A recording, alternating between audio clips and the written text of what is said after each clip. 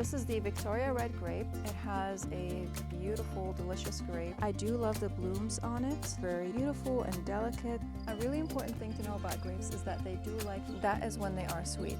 So you want to wait until. I was excited to share these grapes with you. And then I learned, as I was looking at the tag, that they are not hardy to our zone. We are in zone 5B, zone 6A, and this is hardy in zone 7. Not to our zone. It's hardy from 0 to 10 Fahrenheit. I did calm down a little bit. I'm very disappointed, but anyways, I'm just gonna make the best of it. I'm gonna plant them. Other than the grapes, we're also going to be planting a honeyberry, and we are going to be planting the raised bed in our vegetable garden, the one that's off the ground with some beautiful flowers. Now, I will give you a disclaimer.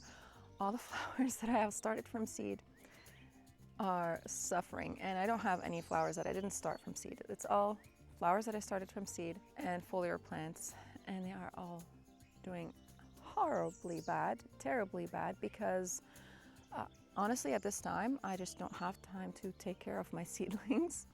I'm just planting, weeding, doing garden chores because it is such a busy season, and I always do this to myself. But we are going to be planting them and hope for the best, and if they don't do well, then I'll just maybe buy some plants and plant them in their place. But I'm gonna give them a chance and see how they do.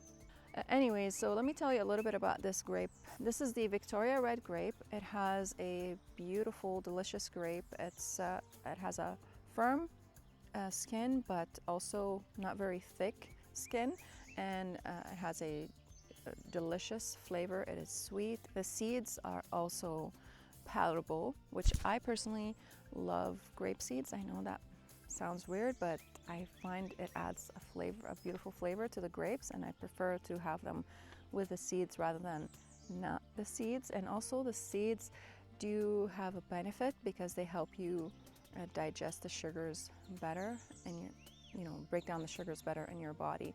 So God knew what he was doing when he put the seeds in the grapes. And this honeyberry over here, oops, I lost the tag. I think it's called Borealis. And the reason why I got this honeyberry is because I got 2 male honeyberries, and I didn't realize that I was doing this. Yeah, I keep doing this to myself. Why do I do this to myself? Anyways, I need to pay close attention to the tags and not be like, "Ooh, this is a pretty plant, let me get it." I really need to be better at this. I'm really mad at myself. Anyways, this Borealis honeyberry is hardy down to zone 3, and also it's a pollinator to the one that I got before. I don't remember the name of the other one. I'll put it on the screen. But when you are planting honeyberries, you want to make sure that both of them will pollinate each other. So you can't just choose any 2 different varieties, a male and a female, and expect them to pollinate each other. You have to do some research on them and make sure that they will be they will pollinate each other. Otherwise, you'll end up with no fruits because they are not self-pollinators. They do need, again, a male and a female in order to pollinate. And with the honeyberries, I was looking up some information about it, and it turns out that the fruits are actually sour. I did taste some of the fruits. The ones that I bought had a couple fruits on them, and they are pretty sour, but when they completely mature and about to drop down on the ground, that's when they are actually sweet. And they're also very tender and juicy. So I thought they were sweeter than blueberries, but turns out I was wrong. They will be sweet once mature. We will be planting these at the end, especially that now I'm very disappointed. I don't think I'm gonna put these in the place where I was thinking of putting them. I just don't wanna waste the space over there and have to dig them up next year. The better option would be is to put them in pots, and in the winter, bring them into the garage, and in the summer, bring them out. This thing though grows 8 to 10 feet tall and wide. Let's go ahead and start on the raised flower bed. Also, look at this blueberry. It's doing so well. I gave it a good prune. This early spring and it looks so happy. Let's start on this bed over here. I need to cut this plastic off first because it's ugly and I should have done it years ago, but I haven't. So let's start. I also want to plant it like a really dark color, maybe like a bluish black kind of, or something like that. I do have a stain that I got, but I can't stain it because it's primed already. So I'm going to have to use a paint. And I don't mind because it's going to be on the outside. Also, I don't normally plant food in this. I did once. I planted some sweet potatoes in here. They did okay. But this, I'm going to use it from now on just as a kind of a place to grow flowers. I may put a few things that look beautiful, like edible things in here, but this year I think I'm only using the non-edibles. Much better. I'm going to top it with a little bit of soil.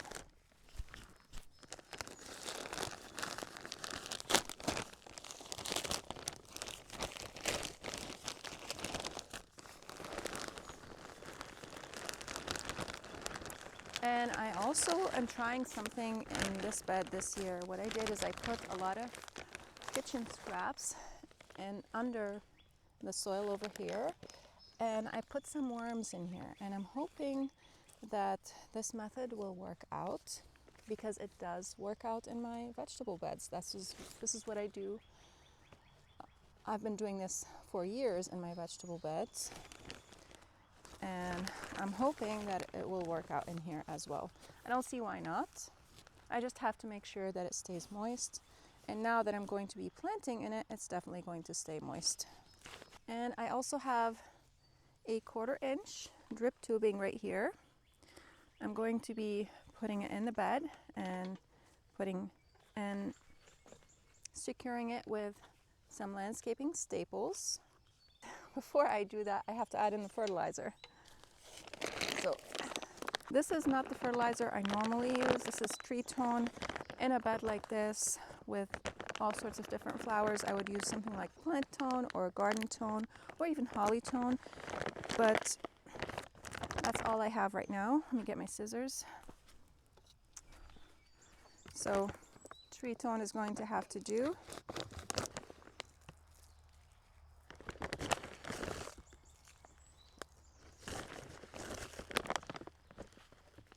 Just because I am giving it fertilizer right now does not mean that I will not be giving it any liquid fertilizer, because some of the animals that I'm planting in here, like the petunias for example, are going to require a lot of fertilizer. They bloom, they put on a whole lot of blooms, and in order to produce that many blooms, they require constant fertilization. So I would fertilize them about once a week with liquid fertilizer. I prefer to use organic liquid fertilizer, but if you choose to, you could use the non-organic stuff. And the reason why I use the organic fertilizer is because, as I have mentioned, I may plant something edible in here. And also my thought on this is, when it's time to change the soil, which it would be years from now, unless this method that I'm using works out, the kitchen scraps and the worms in here that will kind of constantly create soil or new soil in here, then this soil, unless this method works, and this soil would end up on my property somewhere. And non-organic fertilizers have a lot of salts in them and chemicals that are damaging to your soil. So I would rather spend the money on the organic fertilizers than just use the non-organic fertilizers and having it end up in my soil. But to each their own, and you could do whatever you want. This is my personal conviction about this topic. Now I can put the irrigation tubing in here.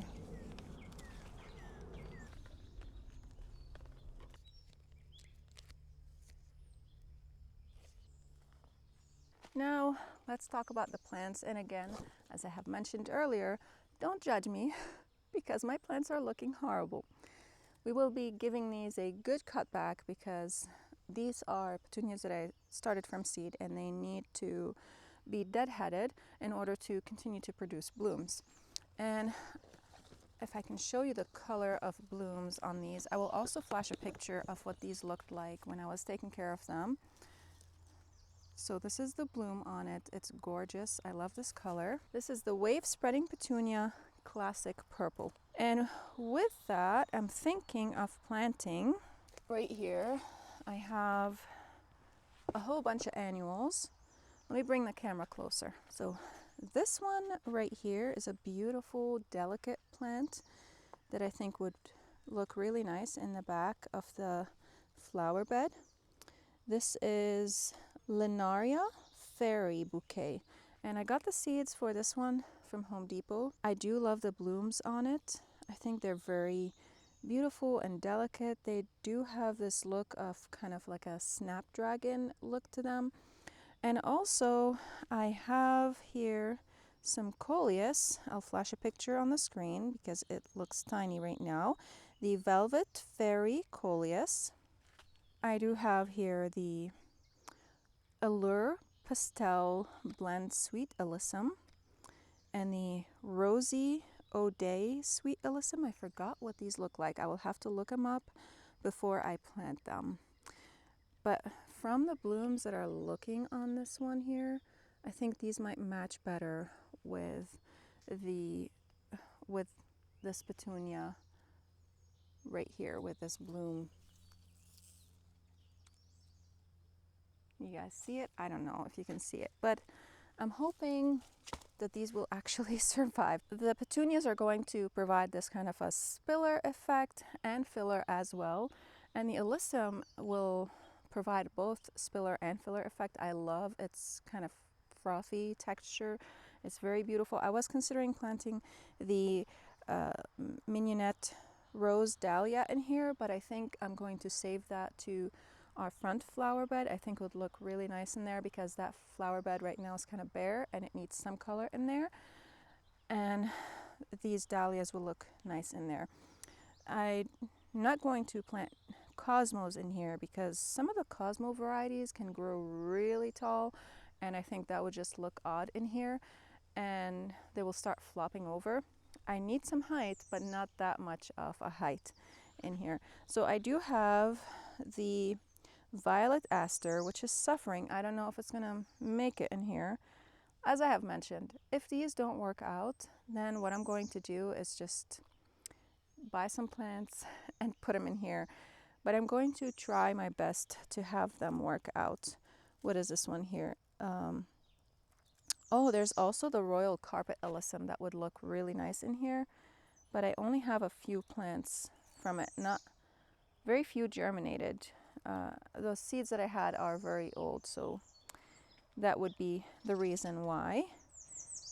There is, what's this one? There's this one plant that I don't know what it is. I didn't put a tag apparently for it. Oh no, Harlequin Mixed Dahlia. Oh, that must be it. That's the Harlequin Mixed Dahlia. I think a dahlia in here would be too tall. You know what? I am going to plant the mignonette rose in here, mignonette rose dahlia. I think both colors will work out really well together with the velvet coleus and the sweet alyssum and the violet aster. We also have here, yeah, the royal carpet alyssum. I'm going to first start with the petunias, and I need my snips so that, or my pruners, so that I can cut these back because they will benefit so much from a good cutback. Their poor roots. It's all my fault. All my fault. And by the way, you could actually take the whatever you cut back. You take this. See this leaf node right here? You strip the leaves off of it. You could do 2 leaf nodes if you want, like that. And I'm going to cut the deadhead the blooms also, so that it will continue to grow. And then you can stick this in the ground, and this part right here will start to put on roots at the leaf nodes. And I also see that it has a lot of hairs on it, so it might be like tomatoes where it actually puts roots all over its stems. This is the first year I'm trying this out actually, and I have some in a pot that I just stuck them in there and hoping that they will root, and they're looking okay so far, so we'll see. And I've had them in there for several weeks right now. They look good. I don't know how long they will take though to start producing roots, and this is an easy way for you to multiply your plants. So if you want to maybe not plant that many of them, but instead just take cuttings and then propagate them that way, that might be a lot easier to manage in the long run. So I'm going to jam them in here because I want this to look really full.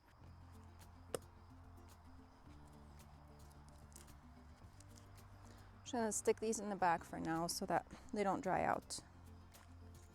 I think I'll plant the alyssum in between them. Oh, I'm sorry.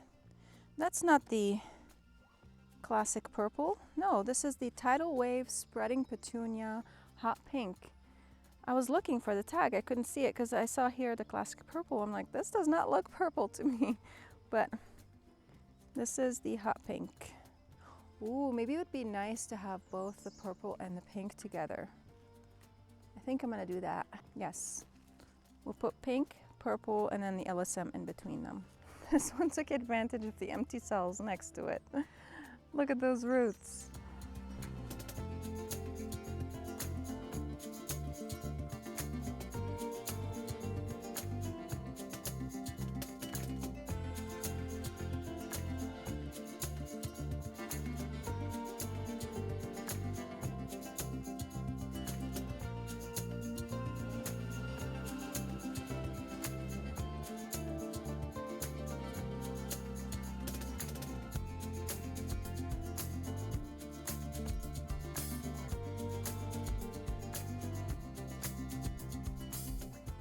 So this is definitely not the happiest or the best looking container that I have made, but I'm hoping that they will actually do good in here, do well. I don't know if I shared everything that I did in here, so I think I'm gonna go over it again because my phone overheated and I had to put it in the fridge because it was showing an emergency thing, so I didn't want the battery to explode.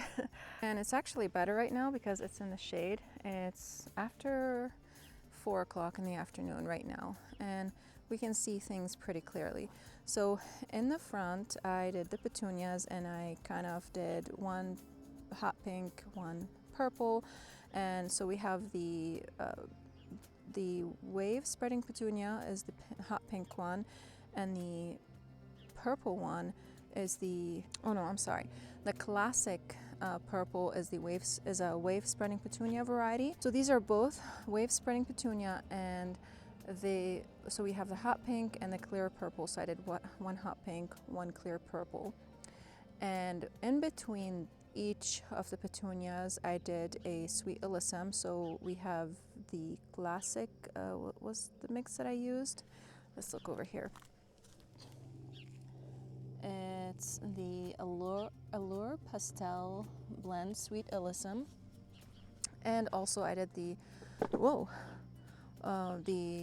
Royal Carpet Alyssum, which is a beautiful purple and kind of like an iridescent purple with a little bit of white in it. So the purple I didn't have a lot of, so I planted one over here and one here and one right here.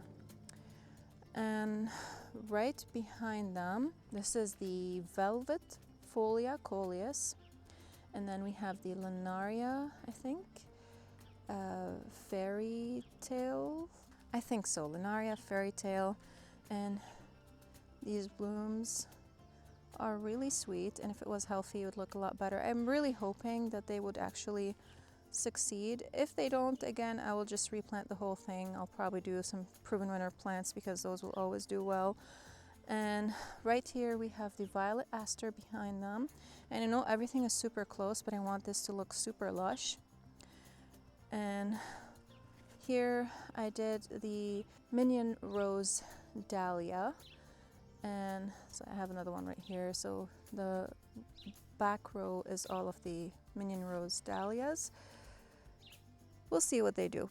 I would have rather to have a little more plants that just had foliage on them and no flowers. And I only thought to plant the coleus when I'm starting it from seed, I mean. I could have maybe purchased some sweet potato vines and planted like maybe one here, one over there. But I honestly did not think about it until I was planting it, and I was thinking, oh, I have a lot of flowers in here. So we'll see what that does. But basically, the petunias and the sweet alyssum and the royal carpet alyssum are supposed to kind of do a filler and a spiller, a little bit of both. And the coleus is not super tall. It's going to be maybe about 18 inches tall. And the asters, I think, might be the same height, maybe a little bit taller, but I noticed that if they struggle in their pots, they will not really put on that much growth afterwards. So we'll see what they do. This, I forgot how tall it's supposed to get, but I think it might not get much taller than this. I don't know. And the dahlias in the back, Minion Rose Dahlias, I think those are supposed to get either 2 or 3 feet, maybe 2 feet. They're supposed to be short. I think maximum 2 feet tall. So we'll have a nice height in the back. This happens to me every year at this time, where I'm like frantically running around planting things in the ground, and things are looking pretty bad by this time because I don't have time to to take care of them. But I do need to do better. I need to figure out a better system for myself, because starting from things from seed obviously is a lot cheaper. But if I'm not going to be able to keep them alive, that is not going to do well, or at least if I'm not going to be able to keep them thriving. Now, I can start a lot of things. I can direct seed a lot of things, and I do that as well. But some things, it's nice to start them a little bit earlier. I feel like I did start the dahlia a little bit too early, because I am now able to plant them. If I started them maybe like 3 weeks ago or 4 weeks ago, I would have still been able to plant them and be okay. But again, I'm just super busy outside, so I don't know if I'll have the time to start them. I wanted to start some things inside, but I didn't. But look at these pansies. They are looking so healthy and so lush. We have here the slide that we took out that we need to take to the dump. But aren't they gorgeous? I feel so bad getting them out of this pot, but I have to plant the grapes, and I also want to plant some annual flowers in here, because these won't last the whole summer. They will eventually start looking tattered and fried. Now let's go ahead and plant the honeyberry, and then I'm going to empty the pots that are in front of the shed, because they are full of the violas and pansies, and they're looking beautiful. What I'm going to do is I'm going to take those pansies and violas and plant them somewhere else on the property, because sometimes they do come back, and especially the violas. So I have this male honeyberry over here, and we will be planting the borealis, is that the name of the variety? Honeyberry next to it. These do grow about 5 feet tall and wide, so I would technically have to space them about 5 feet apart from each other. There are some potatoes that are growing here, but this is not my favorite variety. This is the, what's it called? Purple Majesty potato, and I've had some bad experience with this variety specifically because bugs tend to burrow into the potatoes of this variety, and I think it tastes great in roasting, but it's not really that great in like stews and stuff like that. So I'm going to move this honeyberry to this side over here where those potatoes are growing, because you know, I'm not that excited about them anyways, so it's okay to sacrifice them. Besides, I have that whole bed over there is planted with potatoes, and that bed over there, I still need to pick up my frost covers out of here, but anyways.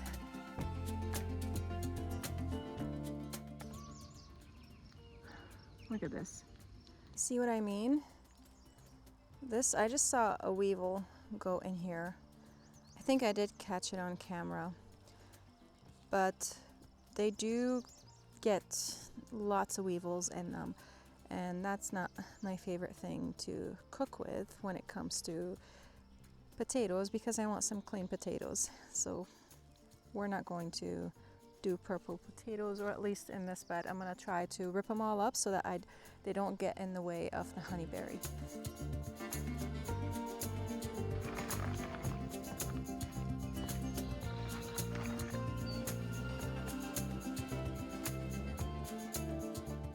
So there is about 4 feet between them, and I think this should be enough.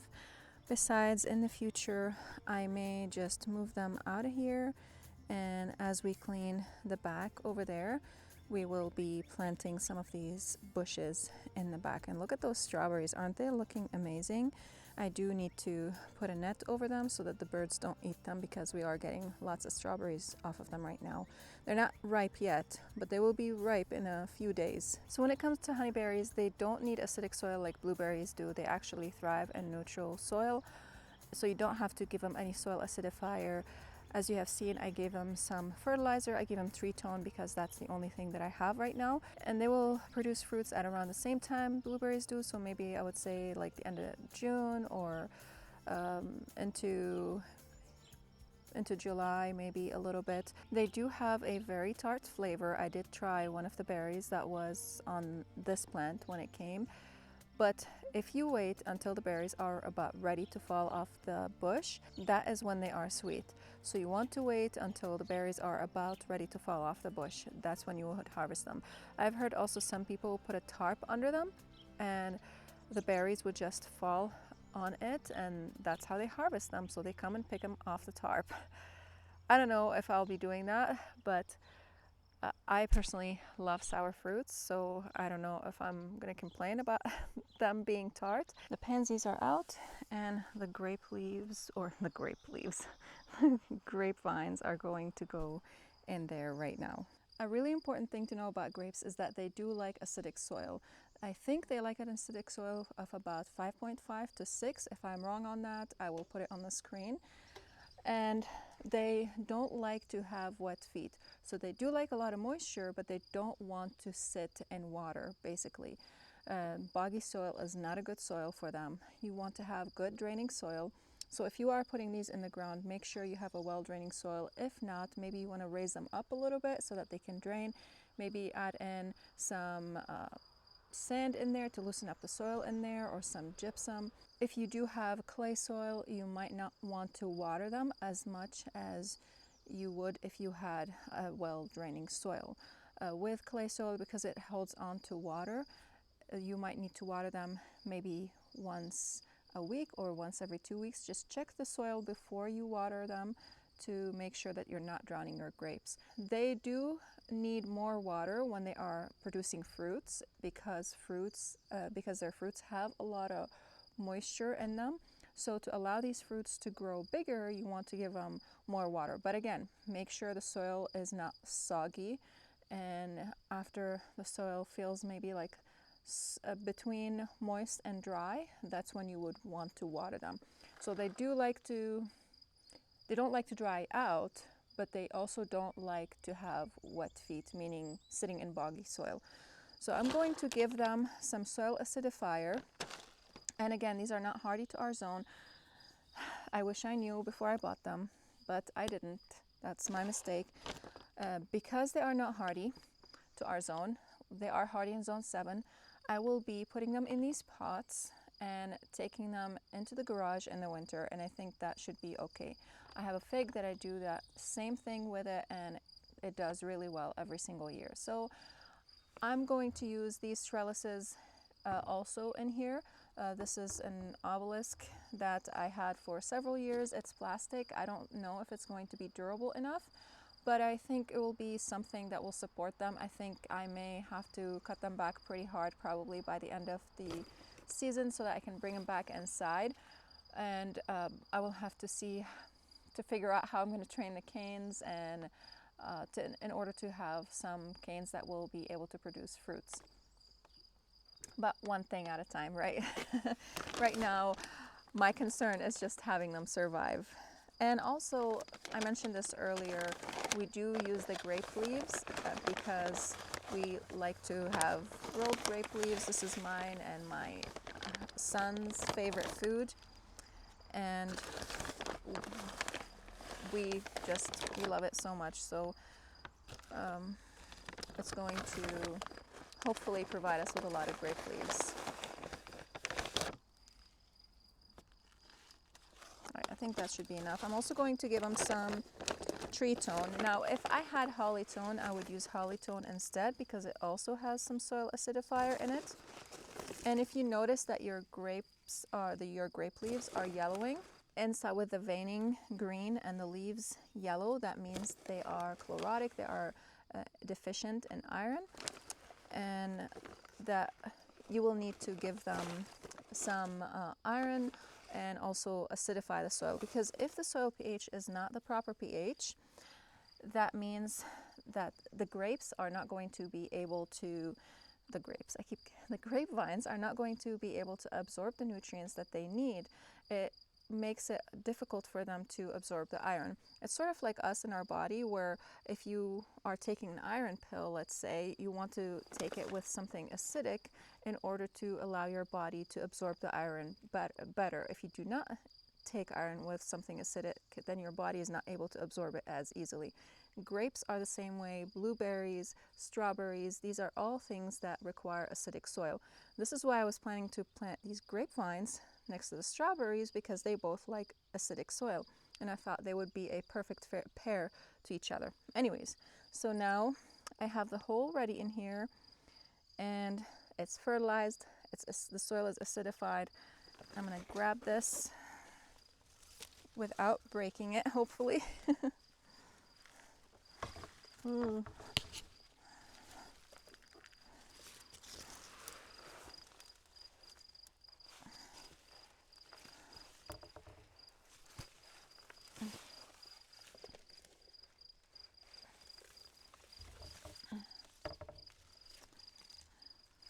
There we go. And these are, there are some roots that are left in there, but that's okay.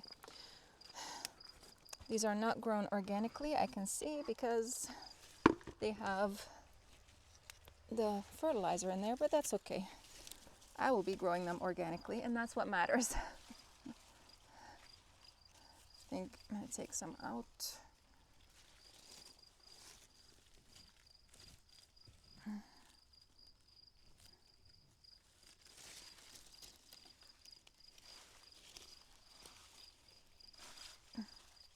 Oh, I'm going to face it the pretty side this way.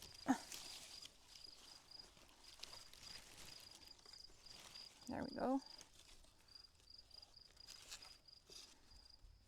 Is it in the middle of the pot? I feel like I did not put it in the middle of the pot. Whoops. It's okay. Anyways, it's gonna allow me to plant something in the front. It's not a big deal. Which was my plan for these pots, to plant some flowers in here. But I can still plant flowers. I'm gonna add some more soil. You can see the root ball. I think I'm gonna add one little more fertilizer and some more soil to cover up the root ball.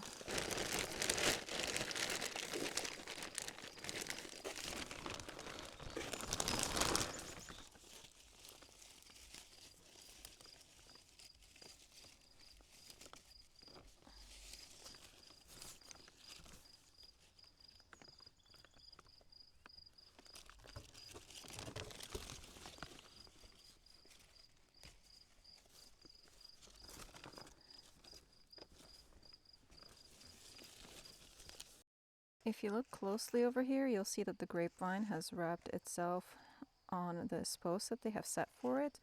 So I think for now, I'm going to leave it as it is, and then maybe Monday, because that's actually the same day today. I ended up having enough time to do it.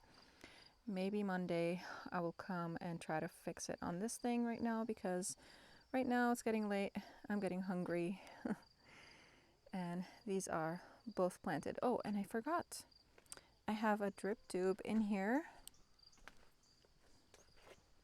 right here, that I need to set up around them. This makes my watering job so much easier. Whoops.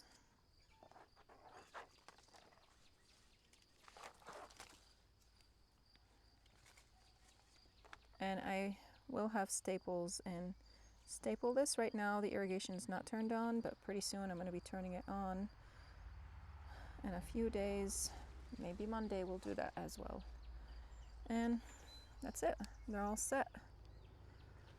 And I think they actually, let's take this out of here.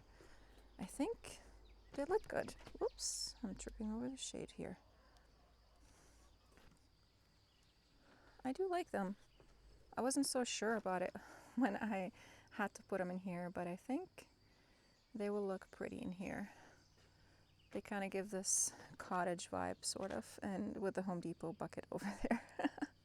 I was taking the pansies in it so that I could haul them a lot faster that way. Also, look at this bed. It's full in bloom and I love it. This is right now my favorite bed, and even in the summer as well, because the tall phlox in the back puts on a beautiful show, and then we'll have the rose as well, put on a lot of roses.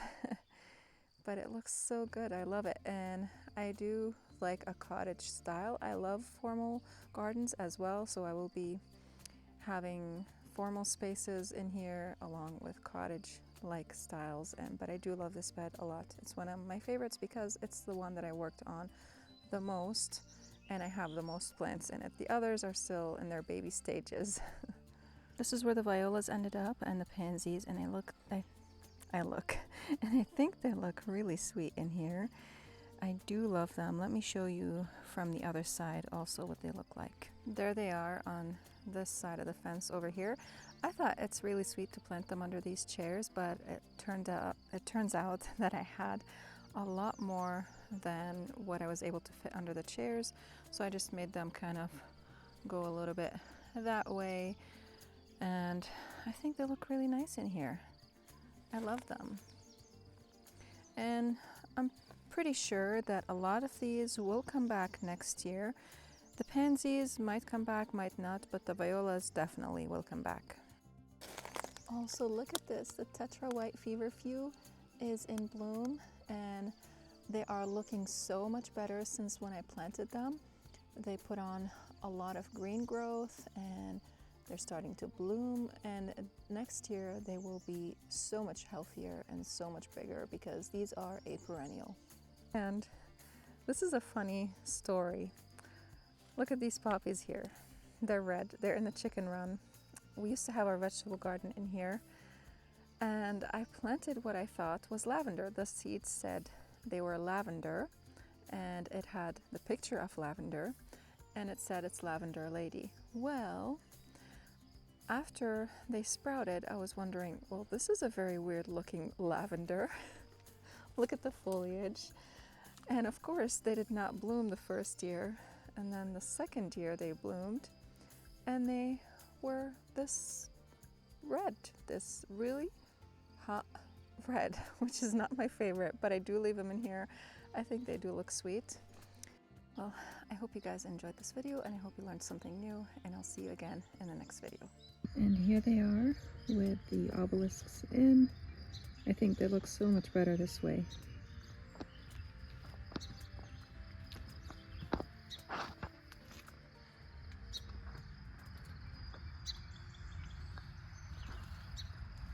I didn't even attach them or anything. They're just kind of standing on their own. The shape of the obelisk is holding them in place.